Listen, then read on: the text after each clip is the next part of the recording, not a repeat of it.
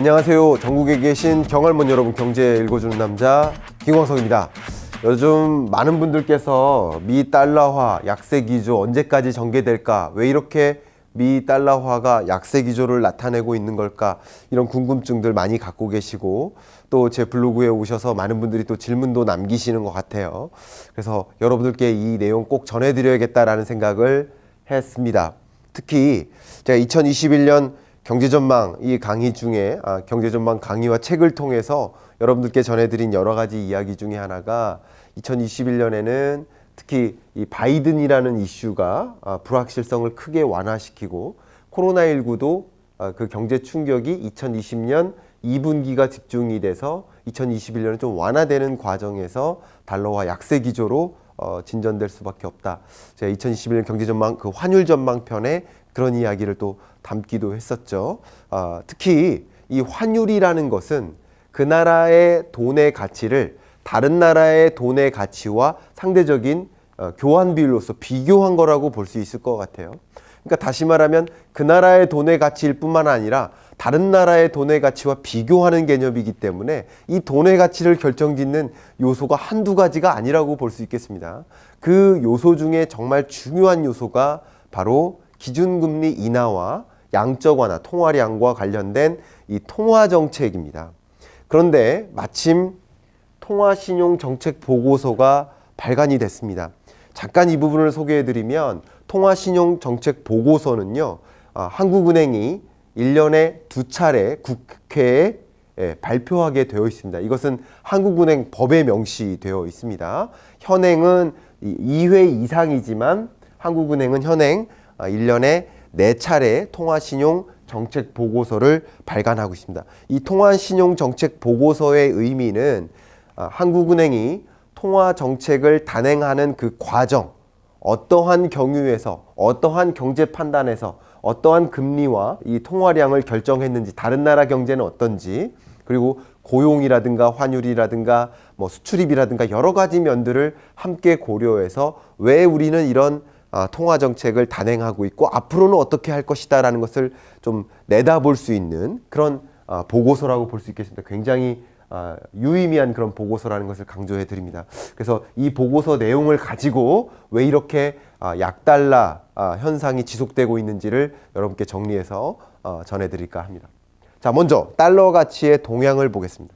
달러 가치의 동향을 보는 여러 가지 잣대들이 있는데, 원달러 환율만으로는 달러 가치가 높은지 낮은지 알 수가 없어요. 왜냐하면 예를 들어서 달러 약세다, 원달러 환율로 봤을 때는 달러 약세다라는 얘기는 달러가 정말 약세인 건지, 달러는 그대로인데 우리 원화 가치가 강한 것인지 그건 알 수 없는 거지. 이렇게 그냥 환율로만 보면 알기가 어려운 것인데, 그렇기 때문에 우리가 많이 내다봐야 하는 그 지표가 달러화 인덱스입니다. 근데 달러화 인덱스에는 크게 두 가지가 있다. 여러분이 꼭 아셔야 될, 5천만 국민 여러분들이 모두 다 아셔야 될, 경할못이 없어지는 그날까지 아셔야 될 그 달러화 인덱스 하면 DXY라는 지수가 있고, 그 다음 한 가지가 EME 달러 지수가 있습니다. 이건 미 연준이 발표하는데요. EME는 Emerging Market Economics라는 표현입니다. 그러니까 다시 말하면 신흥국 대비입니다.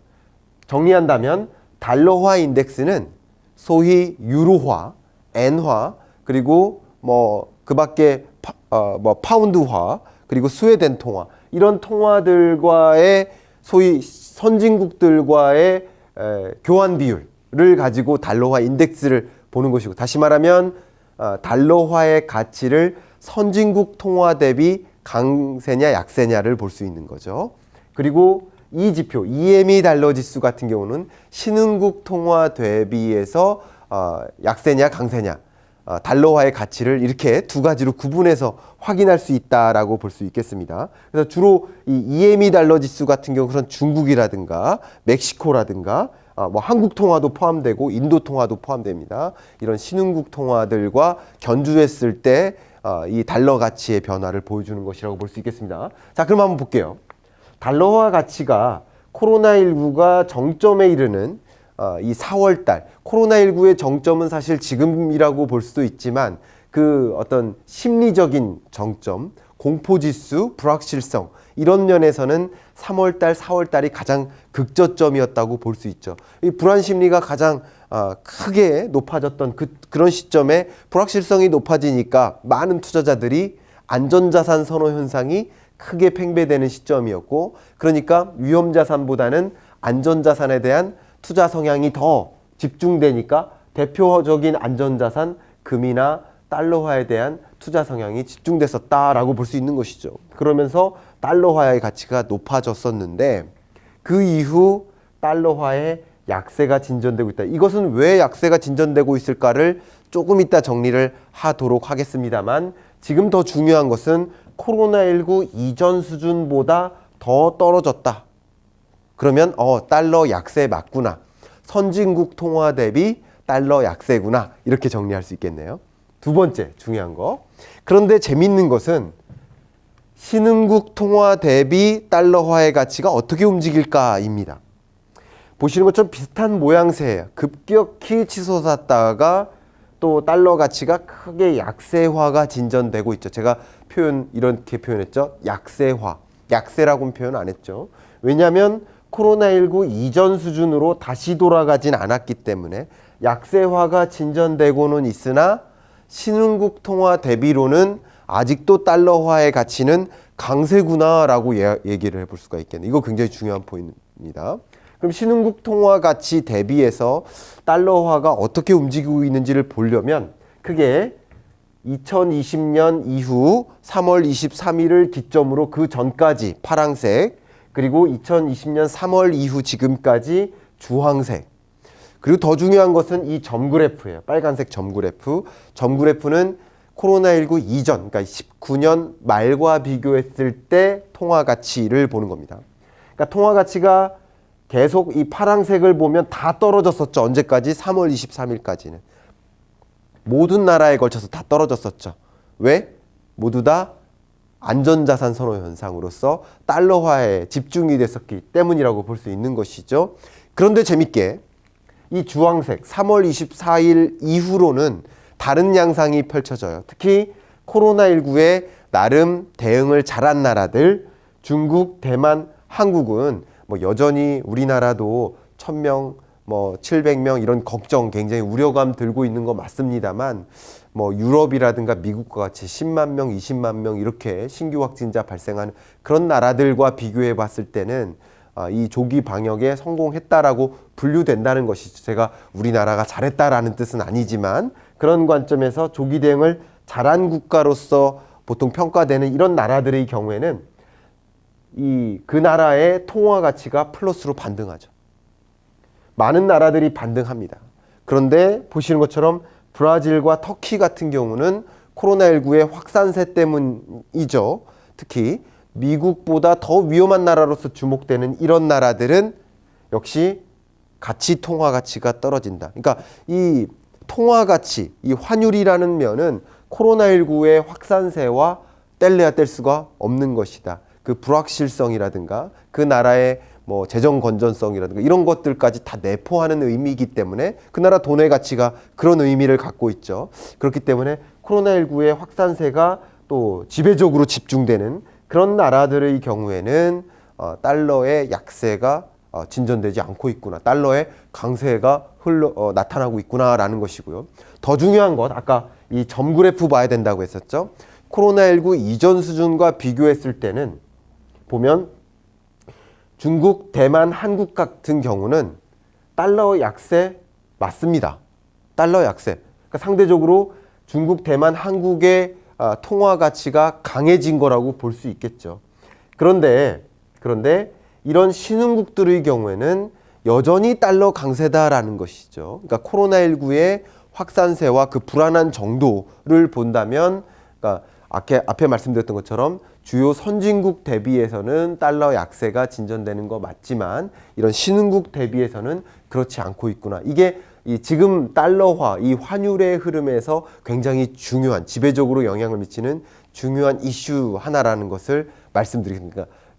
다시 말하면 이 환율의 탈동조화, 이것은 코로나19와 집중적으로 연동되는 영역이라는 것을 강조해 드리겠습니다. 자, 그러면 두 번째 이야기를 하겠습니다. 왜 이렇게 달러 약세가 진전될까? 그것은 미 연준의 완화적 통화 정책과 또 동떨어져서 설명할 수가 없는 것이죠. 보시는 것처럼 미국 연준이 자산 매입 프로그램을 가동해서 통화량을 엄청나게 늘렸죠. 양적 완화를 가동하는 것입니다. 보시는 것처럼 코로나19 이후에 엄청난 양적 완화를 진전시켰고요. 실제 M2를 기준으로 통화량이 얼마나 늘어났는지를 보시면 유로화나 일본 엔화에 비하면 미 달러화 M2의 증가율이 그냥 지배적으로 높죠. 25%에 가깝습니다.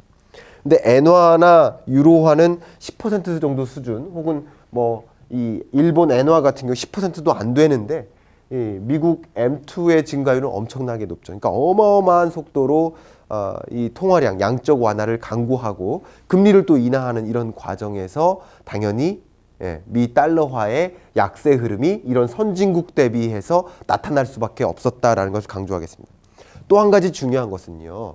이 유로화나 엔화 같은 경우는 이미 마이너스 기준금리를 도입하고 있었고요. 그죠? 제로금리 혹은 마이너스 금리라는 제도를 도입하고 있었고, 미 달러화는 어느 정도 높은 금리에서 시작해서 엄청나게 B컷의 기준금리를 인하를 단행하면서 지금은 거의 비슷해졌다라고 볼 수 있는 것인데, 물론 마이너스 금리를 도입한 건 아니지만, 그러면서 유럽과 비교해 보겠습니다. 유럽의 금리와 미국의 금리 간의 격차가 줄어드는 겁니다. 그래서 이런 현상 속에 나타나는 주된 특징이 바로 캐리 트레이드라고 볼 수 있는데, 캐리 트레이드의 개념은 소위 금리가 싼 나라에서 돈을 빌려요. 그래서 금리가 높은 데다가 돈을 맡기는 거죠. 예를 들면 우리나라에서 예를 들어서 돈을 빌릴 때 대출 금리가 2%, 3%다. 그러면 저축 금리가 6%, 7% 정도 되는 베트남으로 돈을 맡겨요. 시스템적으로만 가능하다라고 가정을 한다면, 그렇죠. 그러면 이 금리 격차에 따라서 나는 돈을 벌 수 있는 거죠. 이런 게 대표적인 캐리 트레이드의 개념이라고 볼 수 있는데, 보시는 것처럼 2019년까지만 해도 유로화에 대한 선물 포지션이 순매도였어요. 유로화를 계속 팔았다는 거예요. 근데 적극적으로 유로화를 순매수하고 있는 흐름이 나타나죠. 코로나19 이후에. 그런 것은 미국의 금리가 굉장히 빠른 속도로 떨어지면서 시중금리의 격차가 줄어들면서 캐리 트레이드의 의미가 없어진 거죠. 그러면서 유로화에 대한 선물 포지션이 순웨이브로 바뀌었다라는 것이죠. 이런 것들이 방금 말씀드렸던 이 환율에 영향을 미친 것이다라고 좀 정리를 해볼 수 있을 것 같습니다. 그 다음 한 가지 마지막으로 또 말씀드린다면, 미국의 재정 정책을 또 운운하지 않을 수가 없습니다. 코로나19의 이 대규모 확산세에 대응하기 위해서 엄청난 이 재정 적자를 감안하고 재정을 투입하고 있는 모습들이 전개되고 있죠. 역시 트럼프가 되든 바이든이 되든 둘 다 이 코로나19에 대응하기 위해서 2조 달러를 쓰겠다라고 정책 공약에 발표한 것도 똑같은 만큼 적극적인 재정 정책을 통해서 경기를 부양시키겠다. 그러면서 지금 이야기 나오는 게 재정 적자 비율입니다. 그러니까 재정 건전성이 크게 악화되고 있는 흐름이 나타나는 것이죠. 다시 말하면 이 달러화의 가치는 미국의 경제 여건, 믿을 만한가를 보여주는 그 지표라고 볼 수 있겠는데, 재정 건전성이 크게 악화되면서 미 달러화의 약세 흐름도 나타나고 있다. 다만 신흥국들의 경우에는 그 나라의 코로나19 확산세, 재정 건전성 위기, 그리고 그 밖에 외환 위기라든가 이런 경제 위기 가능성이 더 많이 집중되는 그런 나라들에 비하면 달러 가치가 강세 흐름을 나타나겠지만, 여러 선진국들과 비교하면 미국의 위기 가능성, 그런 불확실성이 더 커지고 있는 그런 모습 속에서 달러 약세가 이어지고 있구나, 이렇게 정리를 하면 되지 않을까 생각합니다. 굉장히 이 연말까지 코로나19가 종식되지 않은 이런 상황에서 2021년을 맞이해야 되나 참 아쉬운 생각도 많이 들지만, 어쨌든 여러분들 이런 엄청난 이 소용돌이 속에서, 혼란 속에서 경제라는 어떤 하나의 나침판을 정확히 잡으시고 어떻게 내가 경제를 읽어나가실까, 특히 환율이라는 측면에서 충분히 참조하시고 여러분 여러 경제적 의사결정에 참조하셨으면 도움이 됐으면 하는 마음으로 이번 주 경제 읽어주는 남자 마무리하겠습니다. 감사합니다.